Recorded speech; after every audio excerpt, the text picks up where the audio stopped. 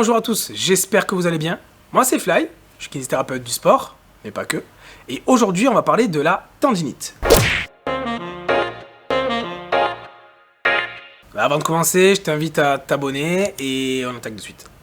Donc qu'est-ce qu'une tendinite? Une tendinite veut dire une inflammation du tendon. Le suffixe it veut dire en fait inflammation. Donc lorsqu'on parle de capsulite rétractile, inflammation de la capsule, de rhinopharyngite, de gastro-entérite, à chaque fois qu'on met it, ça veut dire inflammation. Ça, c'était des valeurs qui étaient vraies à l'époque, puisque on considérait que le tendon était très bien vascularisé, ou trop vascularisé en tout cas, donc c'est-à-dire qu'il y avait un apport de sang conséquent, ce qui peut entraîner du coup un phénomène inflammatoire et un phénomène de cicatrisation par cette même circulation. On s'est rendu compte par la suite que en fait le tendon n'était pas du tout vascularisé, puis aujourd'hui on revient un peu dessus en disant qu'il est très peu vascularisé. Du coup ça a un impact concrètement sur la prise en charge, puisque à l'époque ce qu'on voulait faire c'était faire saigner le tendon pour le faire cicatriser. Or comme il peut pas saigner, ça servait à rien. Donc tout ce qui était massage transversal profond, c'est-à-dire des massages qui font très mal au niveau du tendon, ondes de choc, ultrasons, sont avérés inutiles et obsolètes, et du coup pas du tout efficaces dans une prise en charge d'un tendon. C'est pour ça qu'aujourd'hui on parle de tendinopathie, c'est-à-dire pathologie du tendon, et plus de tendinite. Quel impact ça a du coup sur la prise en charge? Simplement, un tendon, il faut le considérer comme ça, c'est-à-dire que c'est un ensemble de fibres, qui sont liées les unes aux autres, et lorsque je me blesse au niveau du tendon, je vais péter un certain nombre de fibres, ce qui fait une sorte de trou. Souvent on apparente ça, nous, à un donut, d'accord. On a donc le biscuit et le trou qui est, lui, vide. Ben voilà, faut imaginer un peu un tendon dans ce genre de configuration-là. Ces fibres qu'on sautait, du coup, sont des fibres qui ne se reconstitueront plus. Elles vont pas se remettre ensemble. Donc ça, c'est quand même dommage, parce qu'on croyait à la base qu'on les pouvait cicatriser pour qu'elles se remettent. Or, ça ne marche pas. Par contre, ce qu'on sait, c'est que si on renforce les autres, il est même fort probable qu'elles aient une force équivalente, voire supérieure, à leur niveau initial. Ça s'explique simplement parce que un tendon, donc c'est un ensemble de fibres, des fibres on va dire c'est des ficelles, d'accord? Et il y en a qui sont plus ou moins solides, simplement. Il y en a qui vont être plus performantes que d'autres. Par exemple, si je prends une classe d'élèves où je mets 40 élèves, on est d'accord sur 40, j'aurai pas 40 premiers de la classe, forcément. Par contre, si j'ai une classe où j'en ai plus que 3-4 et que j'ai le même enseignant, j'aurai plus de chances pour que ces 3-4 aient un meilleur niveau que les 40 réunis, ce qui paraît cohérent. Un tendon, c'est la même chose. Voilà. Donc, comment je vais rééduquer un tendon? Puisqu'il est sujet et soumis à des tractions liées au muscle, parce que le tendon, c'est la liaison qui est entre le muscle et l'os, en le renforçant le muscle, je vais travailler sur mon tendon et je vais donc le renforcer. Il faut savoir que le corps humain, il est extraordinaire parce qu'en fait, il est capable de s'adapter à n'importe quelle situation. Par exemple, lorsque vous avez froid, vous tremblez. Votre corps va réagir pour créer de la chaleur. Lorsque vous avez chaud, vous transpirez parce que le corps régule encore une fois la température. Si vous avez tendance à beaucoup manger, vous allez grossir. Si vous avez tendance à moins manger, vous allez maigrir. Si vous avez tendance à faire du sport, vous allez prendre du muscle et inversement, vous allez en perdre. Le corps s'adapte toujours à des stimuli, à des stress en fait, qu'il va subir pour essayer de rester le plus économe possible dans son énergie et surtout le plus à même de parer à n'importe quelle éventualité. C'est pour ça qu'il y a des gens, ils peuvent faire des marathons alors que d'autres ils en sont incapables. C'est juste parce que leur corps s'est adapté. Ça veut pas dire que la personne qui en est incapable, si elle s'entraîne pas, elle n'y arrive pas. Peut-être qu'elle y arrivera aussi, peut-être moins bien, mais elle y arrivera quand même, parce qu'à force d'entraînement, elle se développera. On a tous des limites, certes, mais il y a quand même une marge de progression qui est énorme au niveau de notre corps. Et le tendon, en fait, il déroge pas à cette règle. C'est-à-dire que si je lui mets des contraintes, il va s'adapter pour devenir plus fort. Vous avez sans doute fait, je sais pas, des squats ou des pompes, et peut-être que vous aviez un nombre limite atteint et vous n'arriviez pas à aller au-dessus. C'est pas grave. En vous entraînant, vous avez réussi à progresser. Le tendon, c'est la même chose. Il a juste besoin de stimulation. Et nous, en fait, dans notre jargon, on appelle ça un stress mécanique. Mais c'est strictement la même chose, d'accord? C'est une contrainte sur le tendon. Et donc, un phénomène de renforcement du muscle peut entraîner un renforcement du tendon. Bien évidemment, ces recherches ne sont pas du tout issues du fruit du hasard, d'accord? C'est basé quand même sur de la recherche scientifique.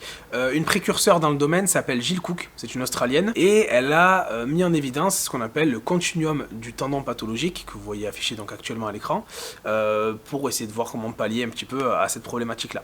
Ça a été un peu repris et adapté un petit peu par la clinique du coureur. Je vous mettrai les liens en description, hein, vous inquiétez pas. La clinique du coureur met en évidence donc ce graphique que vous voyez apparaître donc à l'écran, avec 3 courbes. La première est rouge, la deuxième est en pointillé vert et la troisième est en bleu.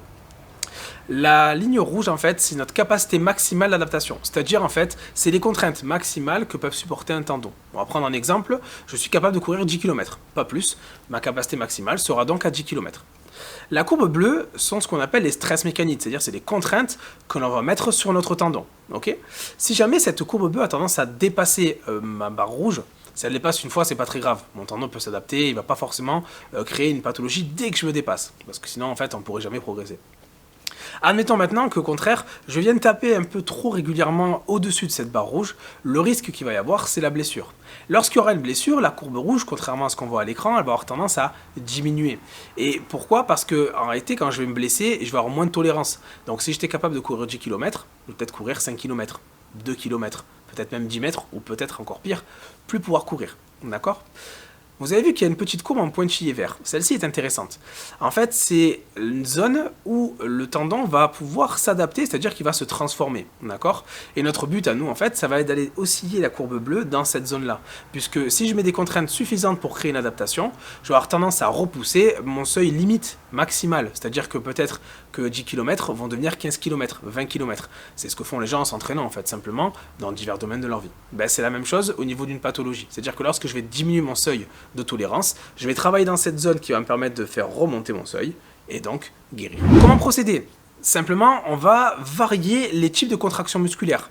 Je l'ai déjà répété dans plusieurs vidéos, vous savez qu'il y en a plusieurs. Il y a la contraction dite isométrique, sans mouvement, qui peut avoir ses points négatifs comme ses points positifs. Là, pour le coup, on va l'utiliser dans le cadre positif, puisqu'on sait très bien que si je ne bouge pas au niveau de l'articulation, j'ai moins de contraintes, et donc je vais pouvoir développer une force suffisante pour permettre à mon tendon d'être meilleur et donc de m'adapter, et surtout je vais pas mettre des contraintes trop importantes. Ensuite on va avoir la contraction concentrique. La concentrique, je vous rappelle, c'est quand je vais rapprocher mes insertions musculaires, qui est un mode de contraction quand même qui est très utilisé et qui est aussi pertinent lors d'une prise en charge thérapeutique. Enfin nous avons la contraction dite excentrique, c'est-à-dire qu'on va avoir tendance à mettre une contraction sur un étirement, les insertions vont s'éloigner, d'accord? Ça aussi, c'est un mode de contraction qu'on utilise très souvent, notamment dans le domaine du sport, et qui convient aussi de renforcer. Néanmoins, il y a encore une contraction qu'on n'explore pas souvent, et c'est souvent une erreur, c'est la contraction dite pliométrique. Vous pouvez voir à l'écran, par exemple, des rebonds à la corde à sauter, c'est typiquement ce type de contraction-là. En fait, c'est une contraction, on va dire, ressort, si je veux faciliter un peu les choses, pour pas trop rentrer dans le détail, parce que c'est quand même complexe.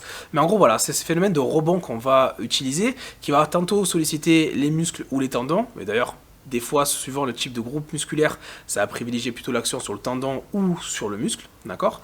Et cet élément-là aussi est un mode de contraction qui peut être pertinent chez les sportifs. C'est pour ça qu'il convient toujours, lorsque vous allez voir un professionnel de santé, que le bilan soit, entre guillemets, bien réalisé sur quels sont vos objectifs aussi, qu'est-ce que vous attendez et quels sont vos modes de vie. Je vais prendre deux personnes, une personne A et une personne B. Une personne A est totalement sédentaire, avec un métier qui est très souvent assis, et la personne B est, par exemple, coach sportif de tennis, par exemple. On est d'accord qu'on aura deux profils totalement différents et des rééducations qui vont forcément être différentes, puisque les besoins ne sont pas les mêmes, et les contractions musculaires aussi.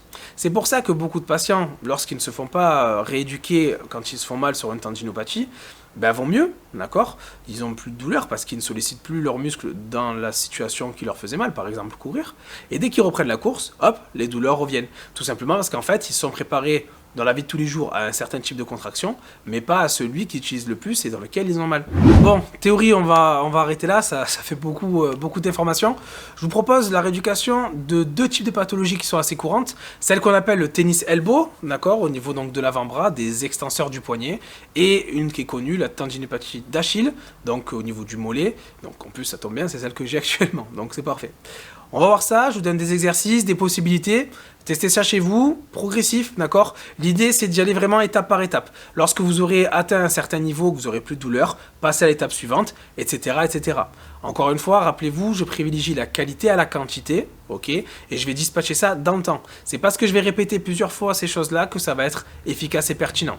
Une fois que vous aurez atteint un niveau de tolérance de la douleur qui est optimal, c'est-à-dire que je n'ai plus mal du tout, vous pouvez reprendre vos activités comme si de rien n'était. C'est pour ça qu'une tendinopathie, il ne faut pas la reposer, mais l'entraîner. Allez, on y va!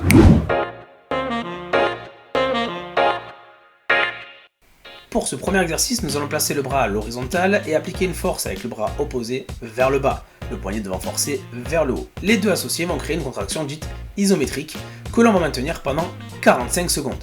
Il est possible que cette position ne soit pas très douloureuse. Cherchez la situation, l'angle au niveau du poignet qui vous fait le plus mal et appliquez cette même contrainte. Elle peut être vers le bas, vers le haut, il n'y a pas de problème. On va chercher ce qu'on appelle l'arc douloureux. Dans le même ordre d'idée, vous pouvez vous munir d'un élastique et faire une contrainte en écartant simplement les bras afin de créer une contraction musculaire isométrique. Un autre type d'élastique possible, vous pouvez accrocher à une poignée de porte ou autre, moi c'est un espalier, et vous maintenez la position 45 secondes. Si jamais vous n'avez pas d'élastique, ce n'est pas grave.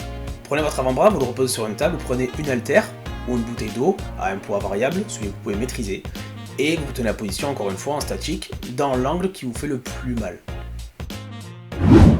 Une fois l'isométrie maîtrisée, nous allons passer donc au dynamique, au mouvement, et travailler la phase concentrique. On va appliquer une force sur la remontée et relâcher lors de la descente. On va répéter ça un certain nombre de fois et on pourra passer à la phase suivante lorsqu'on n'aura plus de douleur sur ce mouvement-là. L'autre mouvement est donc la phase excentrique, c'est-à-dire qu'on va appliquer une force cette fois-ci sur la redescente, le poignet va empêcher que l'on descende et on va répéter ça plusieurs fois. Même ordre d'idée, on peut travailler donc avec un élastique, mais cette fois-ci en mouvement. Je vous conseille d'ouvrir la main, ça vous évitera de perdre de l'élastique en cours de mouvement. Même variante, élastique contre le mur, avec l'élastique qui va de bas en haut. Là, les mouvements sont à la fois concentriques puisqu'on remonte et excentriques, étant donné que la force cet élastique va amener vers le bas. Ce sont des mouvements que l'on peut faire une fois qu'on a passé la première étape avec la force de résistance sur soit le concentrique, soit l'excentrique. Vous pouvez varier la position si vous le souhaitez, c'est la même chose avec l'élastique cette fois-ci de haut en bas. Et le mouvement est un peu différent, mais c'est la même chose. Après, on peut passer à l'haltère. Alors, cela dit, on peut passer à l'haltère avant l'élastique, encore une fois, si vous n'en avez pas. Et c'est toujours en dynamique avec des poids variables que vous pouvez maîtriser. Comment savoir si je n'ai pas trop forcé? En réalité, je ne dois plus avoir mal 2-3 heures après l'exercice et surtout le lendemain. 2-3 heures après, pourquoi? Parce que pendant l'exercice, qu'on ait mal, c'est logique, on est en train de créer une contrainte sur une zone douloureuse. Donc ça, c'est pas trop gênant. C'est le après qui va nous dire si on a dépassé la barre rouge ou pas. Donc à partir de là, on peut enchaîner.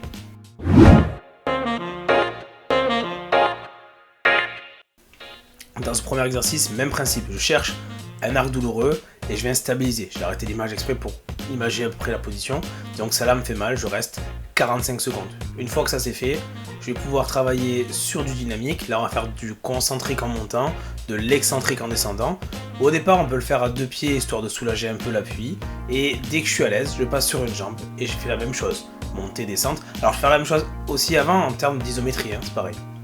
Ensuite, je vais passer sur du pseudo-dynamique où je vais être incliné un peu en avant, ce qui va me permettre de décharger un peu le poids et alterner les appuis. Soit c'est pieds alternés, soit c'est montée de genoux. Bien entendu, vous comprenez qu'on est en train de simuler la course et la propulsion. Et donc, on va accélérer comme ça le mouvement pour essayer d'impacter de plus en plus et mettre de plus en plus de pression sur ce tendon. Vous l'aurez compris, à partir du moment où j'ai commencé à augmenter un peu le rythme sur les montées de genoux, je suis passé sur une phase de contraction dite pliométrique puisqu'il y avait un effet rebond au niveau du tendon. Donc clairement, là ça allait vite, mais la progression, elle est quand même beaucoup plus lente.